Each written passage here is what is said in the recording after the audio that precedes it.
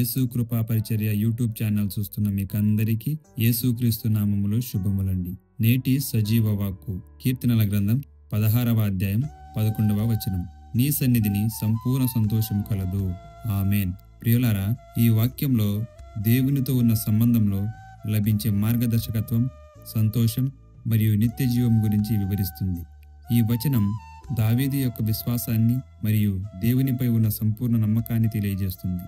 నిజమైన పూర్తి ఆనందం దేవుని సన్నిధిలోనే, అంటే ఆయనతో సన్నిహితంగా ఉండటంలో మాత్రమే లభిస్తుందని దీని అర్థం.